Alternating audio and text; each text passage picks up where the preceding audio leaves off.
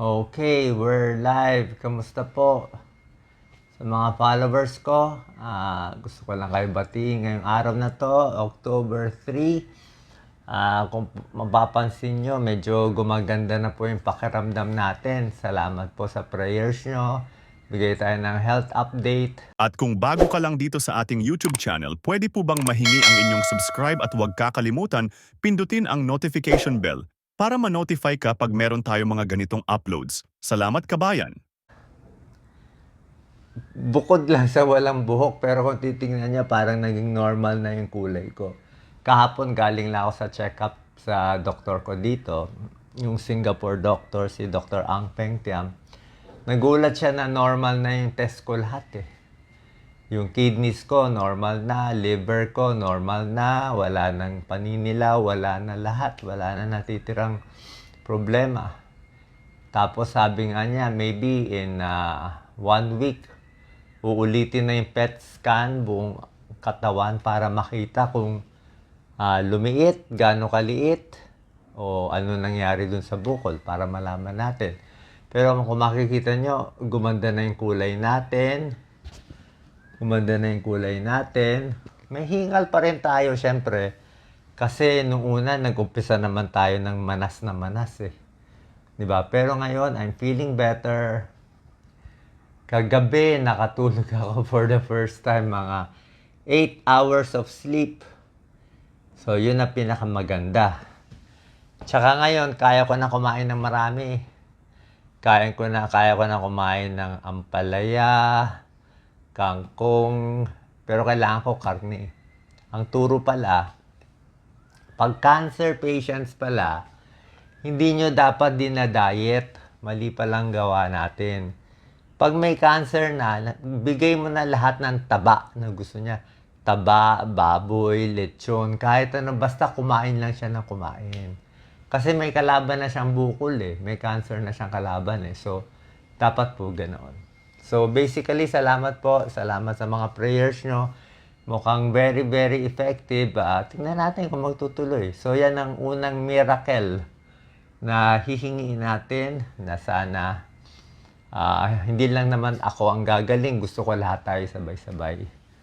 Maraming may cancer sa atin, di ba? Maraming may cancer, baka hindi nila alam. Maraming meron mga malulubhang sakit, di ba? So, yun po ang unang reason. Mukhang gumaganda pakiramdam. Ano? Parang normal na, hindi nyo nahalata eh. Hindi na siya halatang may sakit eh. Di ba? Nakita nyo naman yung mukha na may sakit. Oh. Kahit pakita ko pa leeg ko sa inyo. Okay na siya. Hindi na halata. Wala nang galit eh. Nakita mo naman nung una halos hanggang ulo yung humihilab sa akin eh.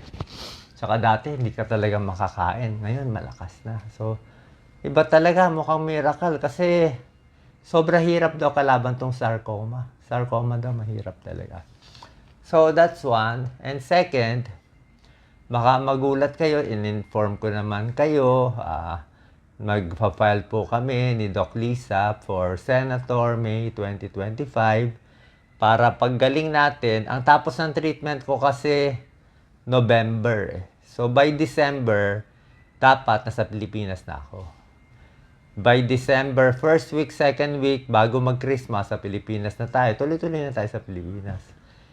So by that time, matagal pa naman yung campaign period eh. Matagal pa naman, di ba? So by that time, hopefully, malakas na tayo at makakatulong na tayo sa tao. Diba? Bakit pa? Ayan, tinatanong, Doc, may sakit ka na nga ng cancer.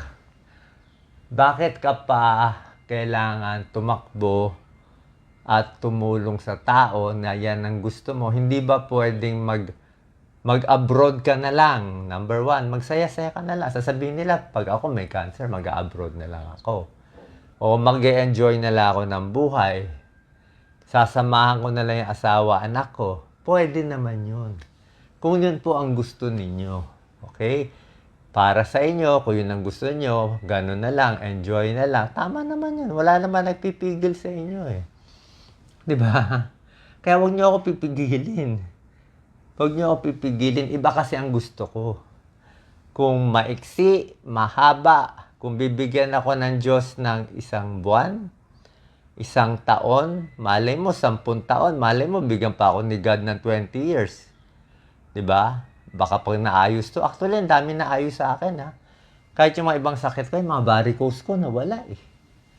Yung varicose ko, yung mga manas ko, lahat nawala eh. So, parang siya pala talagang gumugulo sa buong katawan ko. So wag niyo po akong pigilan kasi hindi naman para sa akin to, para sa inyo to. Okay? Sanay na kayo sa mga corrupt na politiko eh. Try naman tayo ng matino. Try it once, 'di ba? Try nyo once. Sabihin, mahina si Doc. Paano nyo nalaman mahina? Utak nyo na siguro nahihinaan. My God. Hindi ka naman pwede banat ng banat na hindi nag-iisip. Di ba? Hindi ka naman pwede banat dito, banat dyan, banat dyan. Kita mo nga ngayon, yung mga senador at congressman, walang bumabanat eh. Halos walang bumabanat, di ba? Tama, mali, wala lang bumabanat eh. Pero ang gagawin natin, sa takbo natin, ang pinakakakaiba natin, explain ko po sa inyo, ay wala tayong campaign funds. Mula umpisa, hindi ako tumatanggap ni maliit na pera, ni piso kahit kanino. Bakit? Oras na tumanggap ka. Senado is ang funding ng Senado, minimum 100 million, 300 million, 500 million, 1 billion or more. Yan ang minimum budget. Minimum budget. Tayo wala tayong gagamitin ganung budget. Baka 500,000 lang. Kasi pag tinanggap mo yung 5 million, 10 million, sigurado may kapalit yun. 100% maniwala ka, may kapalit yun. At pagdating doon, magugulat na lang kayo sa mga decision ng senador nyo. Tama naman majority decision niya, pero syempre, pag yung decision para doon sa nagbigay sa kanya ng pera, ay medyo papaboran niya yun. Kasi nagbigay sa kanya ng pera para manalo siya. Tayo, ayoko yun. Gusto ko manalo, walang campaign funds. Hayaan mo na sabihin na tanga ka. Gusto ko malinis eh. Gusto ko honest eh. Kung gusto nyo ng dishonest, gusto nyo loko, gusto nyo scamming, buhay nyo yun. Konsensya nyo yun. Problema nyo yun kay San Pedro, hindi ko problema yun, di ba? Gusto ko gawing malinis eh. Di ba? So, hindi tayo tatanggap kahit kanino. Any of the tycoons, any. Pag hindi ako tumanggap at nanalo tayo, magagawa natin pinakamaganda sa Pilipinas. Kasi masasabi mo yung tama eh. Wala ka nang i-favor eh. Wala kang utang eh. Walang may hawak ng ulo mo eh. Diba? Walang may hawak ng ulo mo. Kaya nahihirapan yung mga kandidato, gagastos sila ng 200 million, 500 million, tapos, paano ang bawi? Diba? Paano babawi? Dadaanin na lang sa matamis na salita. Kaya kung gusto nyo makita, may corruption o wala, tingnan nyo na saan yung campaign funds nila. Nandun yung sikreto. Okay? Ako, hindi tayo gagamit doon. Basta tulong lang. Pag nakaupo tayo, syempre yung health natin, bulok naman. Alam naman gano'n kabulok ang healthcare ng Pilipinas. Doon nga, bulok na eh. Pagdating ko dito ngayon sa Singapore, mas bulok pa talaga. Wala na. Milya-milya na. At hindi lang healthcare ng mahihirap aayusin ko. Healthcare ng mayaman, aayusin din natin. Kahit ikaw ay mayaman na mayaman, basta sa Pilipinas ka, late na late pa rin tayo. Kulang tayo sa equipment, sa gamit, sa gamot. Yung mga gamot na ini-inject sa akin, wala sa Pilipinas lahat. Kaya sinabi ko, pag sa Pilipinas patay na ako talaga. Lahat ng gamot na ini-inject sa atin. Hindi lahat pala, karamihan. Meron talaga mga malalakas na ini-inject sa akin, mga targeted cell therapy at iba pa. Dito, available. Sa atin, di available. So, yun lang po yung dahilan. Diba? Sasabihin, ba't pa siya tatakbo? Mag-relax siya tulad ko. Diba? Diyan mo nakuha yung sakit mo. Ba't mo sinabi nagkasakit ka dahil sa stress? Tunay naman eh. Bashing, stress. pwede magdulot ng sakit. Kaya sinabi ko rin nga sa inyo, huwag mag-bash ng ibang tao. Kaya ako rin sinabi yon bilang tulong sa mga kabataan. Teenager, 20s, di ba, may mental health problem, ang dami nagsusuicide, di ba?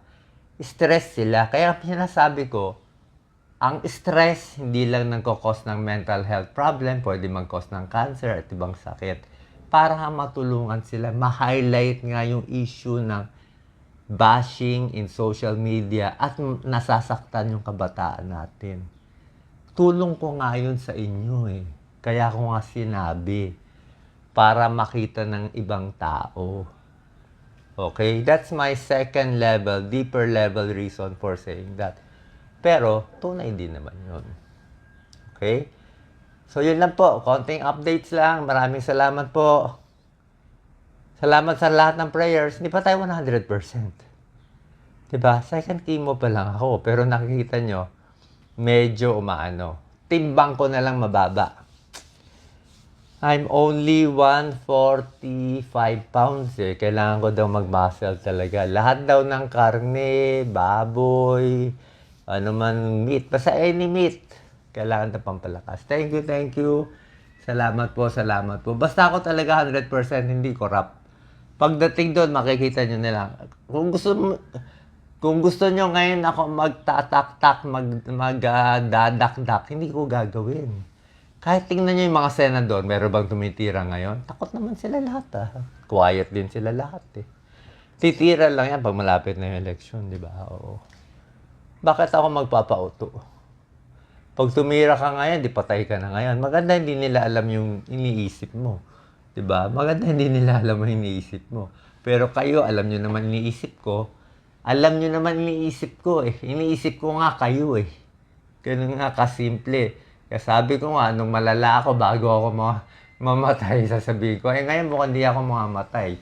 Kaya wag niyo sabihin terminally ill ako. Walang terminally ill.